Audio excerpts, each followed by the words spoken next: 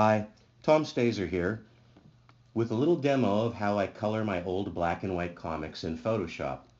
To follow this tutorial, you'll need a basic understanding of selection tools, layers, masks, and brushes. I'll try and help you out a little bit with the following tutorial. We're going to start with a layer of black that's set to multiply over a field of blue and a field of white. The blue hides the white. There's the white. So we turn the blue on and we want to use a selection mask to hide it. We can use any tools, the magic wand, the eyedropper, the lasso. We're going to go ahead and take a square marquee. We're going to assign it to the blue layer as a layer mask revealing selection, and there's the blue, and it's not showing through. So that's very simple. White shows the blue, black does not show the blue. That's the basics of a mask. Black is off, white is on. What if the mask is blurry? Let's take the lasso tool and give it a pretty heavy feather and draw a little shape around lip and barber on the inks layer, not the blue layer. We apply this as a layer mask, also telling it to reveal selection. We can see there's a soft edge to the black layer now because of the way the mask is soft and blurred. But let's blur it more so we can really see how it affects the opacity of the layer. Let's turn it on, and we can see now that more of the image is vignetted, more of it is showing through because the mask is softer, more delicate. Let's go ahead and add a layer beneath the blue layer. We'll make a nice solid bright color. How about red? And you can see, oh, whoops, it's showing through the border again. So let's take these two layers, select them, and use the command to make a new group from layers. And then we're going to take the mask from that layer of blue and move it up to the group. Now anything inside that group will be masked the same as the blue layer was. This will cover everything in the group. Let's create a layer mask for the blue though and see what happens when we start painting on the blue layer mask. Right now it's completely opaque, covering the red. But if we go to the mask itself and we take a paint tool, I'm using the gradation tool in this instance, and paint in black, anywhere we paint black will not be visible. So we're going to go ahead and gradate in here with the gradation tool and create a vignette on the blue layer in the layer mask, and when we go back you can see how it's allowing the red to show through. When I turn the mask off, you see only blue. When I turn the mask on, you see the red showing through. Very simple, don't you think? What if there's another way to do this? What if we were to take the blue mask and drag it above the inks? Well, it no longer has the transparency mask, and if I turn its individual mask off, all we see is blue. But by option clicking between the inks layer and the blue layer, let's drag the red layer up as well and option click that. These layers now respect the transparency of the mask beneath them. Now, in order to see some of this show through, we're going to multiply both of these layers so you will see the inks and hopefully see the effects of the masks reflecting each other. Respecting each other. There's a whole lot of respect going on in Photoshop when you do this, and I hope this helped clear a little bit of it up. Let's get right to work on a page. Once again, we start with an inks layer. It's set to multiply. The file is RGB at 300 dpi, and we're going to create some new layers here. Let's go ahead and make a group out of those layers, same as we did in the tutorial, making a new group that we're going to call masked color, if that gives you any hint what's going on inside. Let's drag it down below the inks layer because the inks have to multiply over everything else. As we just learned, anything I draw within this group will hold to the mask of the group. There is no mask right now, so let's see what happens when we fill the bottom layer with a nice warm background color.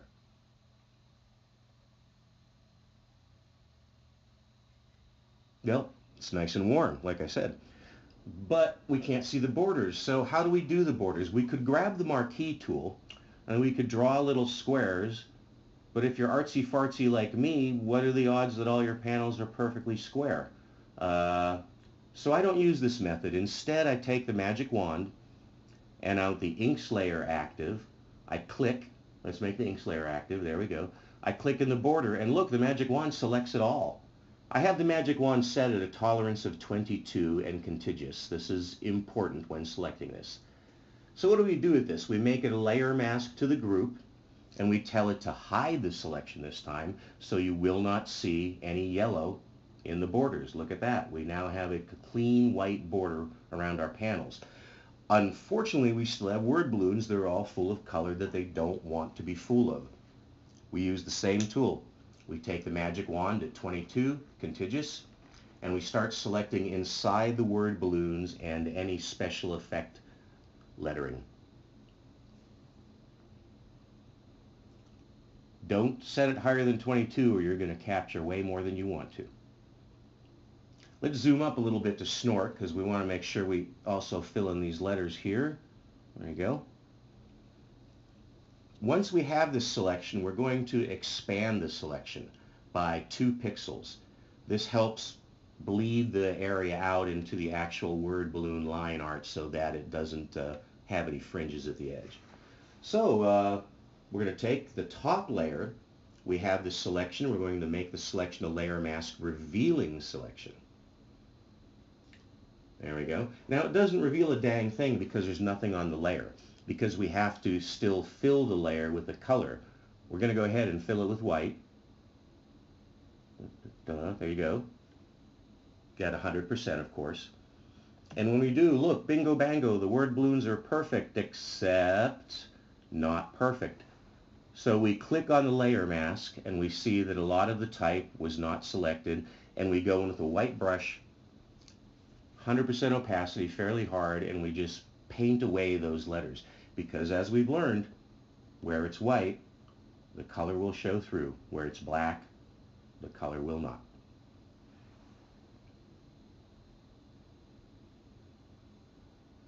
Kind of a tedious chore, but if you have a better method, email me. So there we go. Now, that's pretty cute.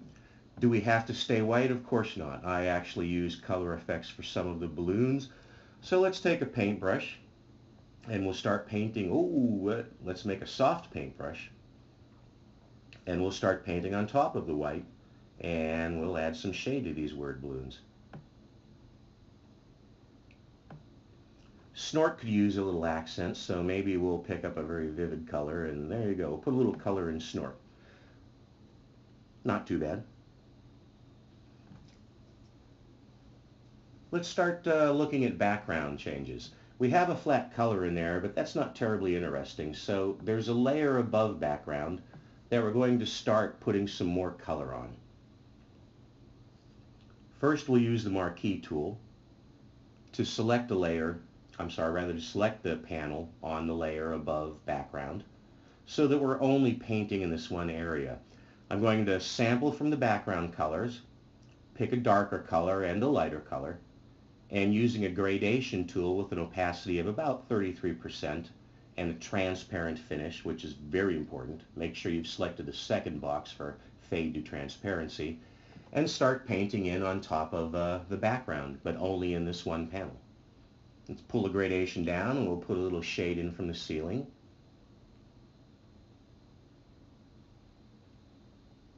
And maybe we'll pick a lighter version of that sampled color now and pull up from the floor to give a little light to the floor. Very simple, very basic, and it's only a start. We'll come back to the background in the last stage and finesse it a little bit, but I wouldn't want to spoil any surprises. Let's select another panel. Start with pretty much the same. I want to go back to the sampled color, pick a richer version of it, and gradate it in from the top. But for this panel, I feel like lip is pretty angry, and I want to have some sort of vivid color on lips. So I'm pulling in red from lip's general location. I think it's important to consider these colors just placeholders. I need to fill the page with color to get over my terrification of white so that this calms me down. I know that I can put any color down and manipulate it well, and I'm not tied to anything, not like if it was on canvas or illustration board. At this stage, I think we should start coloring the characters. So I have a layer here for Barb, I have a layer for Lip, I have a layer for Orson. I'm going to make a paintbrush with a pretty hard edge and a pretty good size, and I'm going to select Barbara's skin color, which I have previously defined in the color palette. And I'm just going to start slapping in a heavy foundation on her face here. And there we go. When you're painting in this way, which is set up like layers of cell animation, you can do sloppy things like I'm doing right now and just slather paint on. Because when you come back with another brush and another color to paint in her hair or paint in her top, it's simply going to cover up what's beneath it. So you can kind of speed up your process just a little bit here by allowing yourself a bit of sloppiness.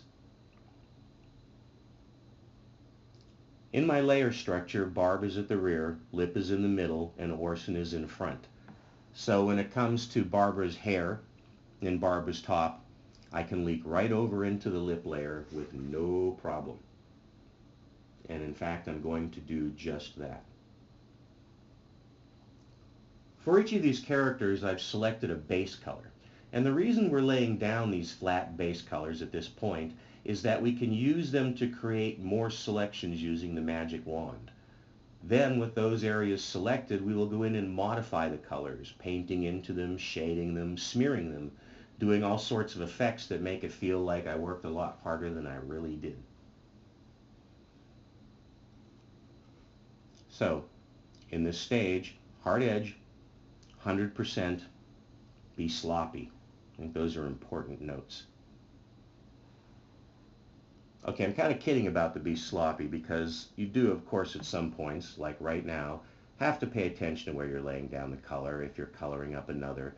And when you come to the outer perimeter of the character where they meet the background, you really can't afford to do what I'm doing here. There, that's, we got to slide right along the edge there of the background, and then we can use my big, slobby, flabby brush to fill in everything else. And we can just trample right over Lip. It just doesn't matter. You can also go back and fix stupid mistakes, when you notice that you left half her hair white like Rogue or something. So there we go. I'll go ahead and fix that up.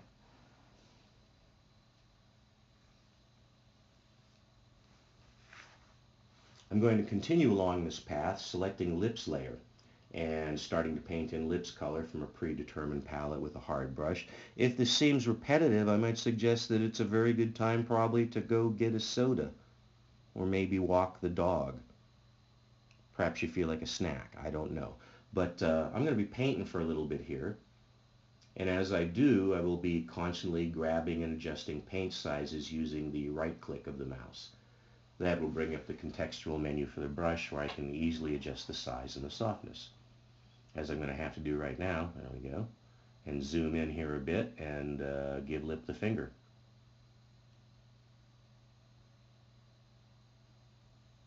We're going to have to put a jacket on Lip. He's got a brown jacket. There it is, Lip jacket.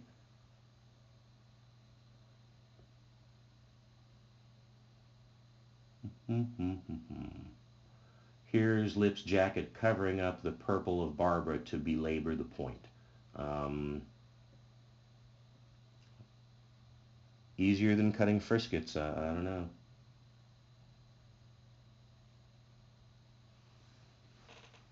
So things are starting to shape up here a bit.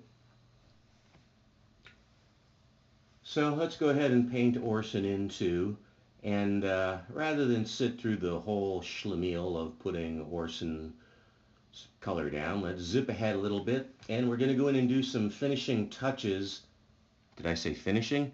Finishing touches to the flat colors in taking care of their eyes here and a few things. So let's zoom into Orson and let's put some eyeballs on the poor guy. Hard brush, small size.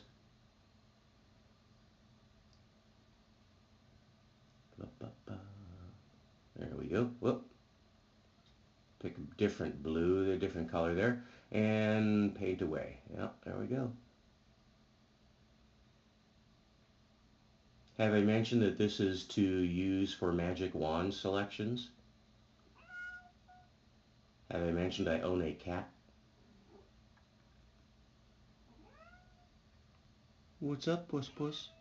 Oh. Put a few pupils on him. And then let's do something a little bit better with his teeth. Flesh-colored teeth are kind of gross, so I think that's better. Nice crystal blue teeth. Much better.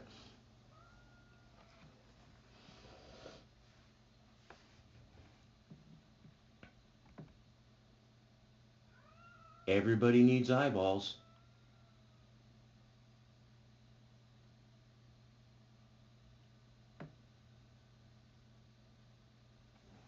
And by the way, nobody's eyeballs are white.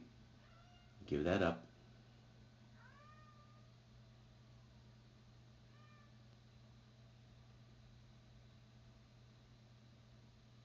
Teeny, teeny tiny brush. There we go. Last but not least, Barbara could use actual physical eyeballs. You know? I've defined hers as a sort of pink color, just because I could. Something a little appealing about that to me. I don't know if she looks tired or sensuous or like she's got some sort of disease.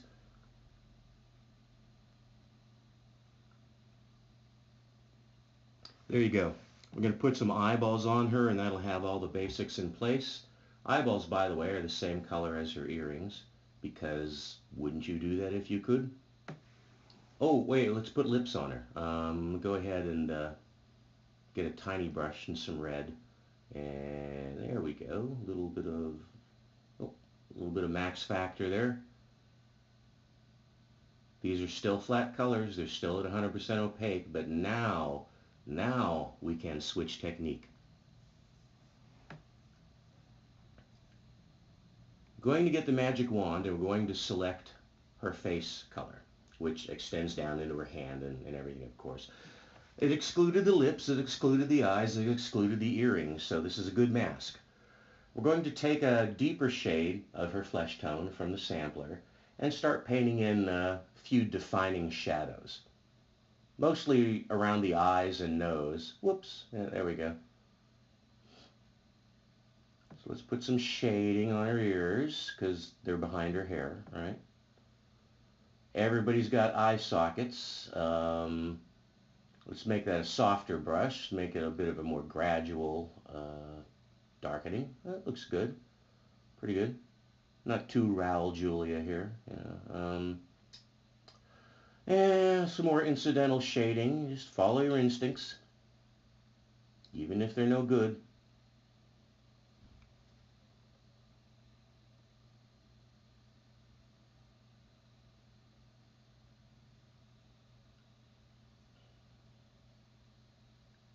Little nose shadow here. Helps give her face a little shape. And some softer shading along the side of her face, which is softer. Let's take some highlights now and do the opposite. Let's paint in some highlights on her cheeks and her nose and her chin and try to bring a little bit more depth to her face. That seems to be working.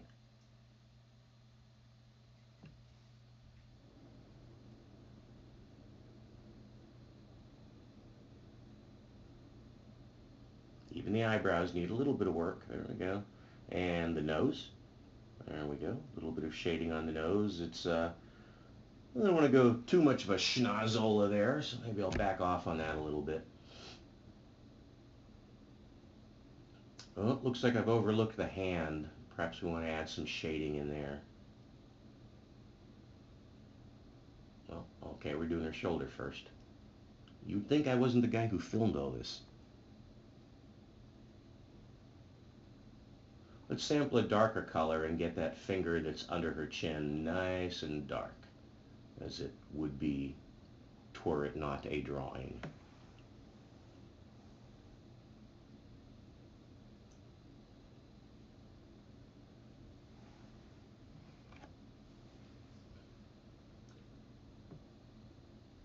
Well, you could go on forever doing this, but let's go ahead and move on a little bit. We'll get the magic wand again. I'm sorry, no wait, let's use the smudge tool for a minute. I want to show you what I can do here. We're going to pull down, this is nice, we're going to soften some of these edges and give a more painterly feeling to the illustration. The smudge tool is actually very powerful and one of the items I use frequently. I consistently will draw in a base color, add a highlight tone and a shadow tone, and then go in with the smudge tool and push the values around ever so slightly to smear them like a finger painting. And it is very much like finger painting.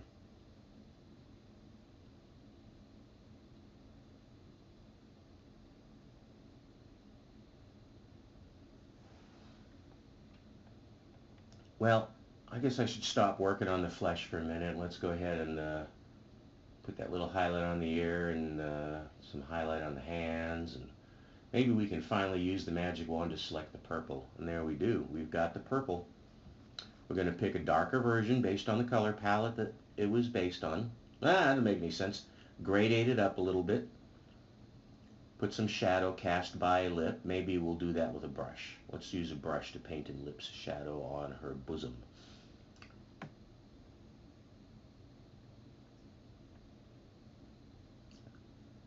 As always, these tools are at 20 or 30% opacity. I don't want to lay down hard-edged colors, and I want the color underneath to show through so things are somewhat complementary. Now I'm coming back with a soft-edged brush, and the purple is still selected, and I'm putting in highlights. I'm going to draw a highlight along the arm here, and then we're going to come back with the smudge tool and really make that highlight work a lot better. Here's my smudge tool. Let's drag these highlights into the cloth a bit more. Very effective. Looks a lot like cloth. Pull up around her cuff here. And since there's a shadow there, there should be a highlight above it. So let's drag one over there. And there you go. There's a nice looking little sleeve, right?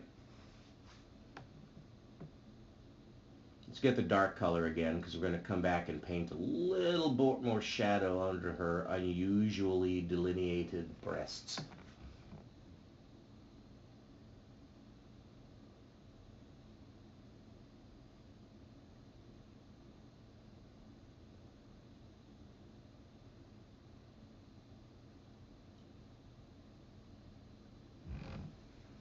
I like to draw a small detail and then get a large, very soft brush and come back and ghost in a little bit more. The softer the edge, I think, the better when it comes to shadow, and the cleaner the edge with highlights, I like.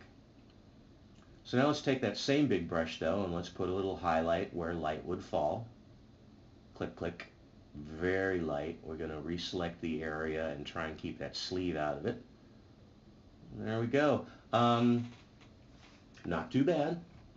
I've gone and jumped ahead again. I've colored everybody. Sorry, I just didn't think it was worth showing you all of this. So let's go ahead with my last stage. It's the last time I'm going to say let's go ahead as well. We're going to start manipulating the background colors now that we like the character colors.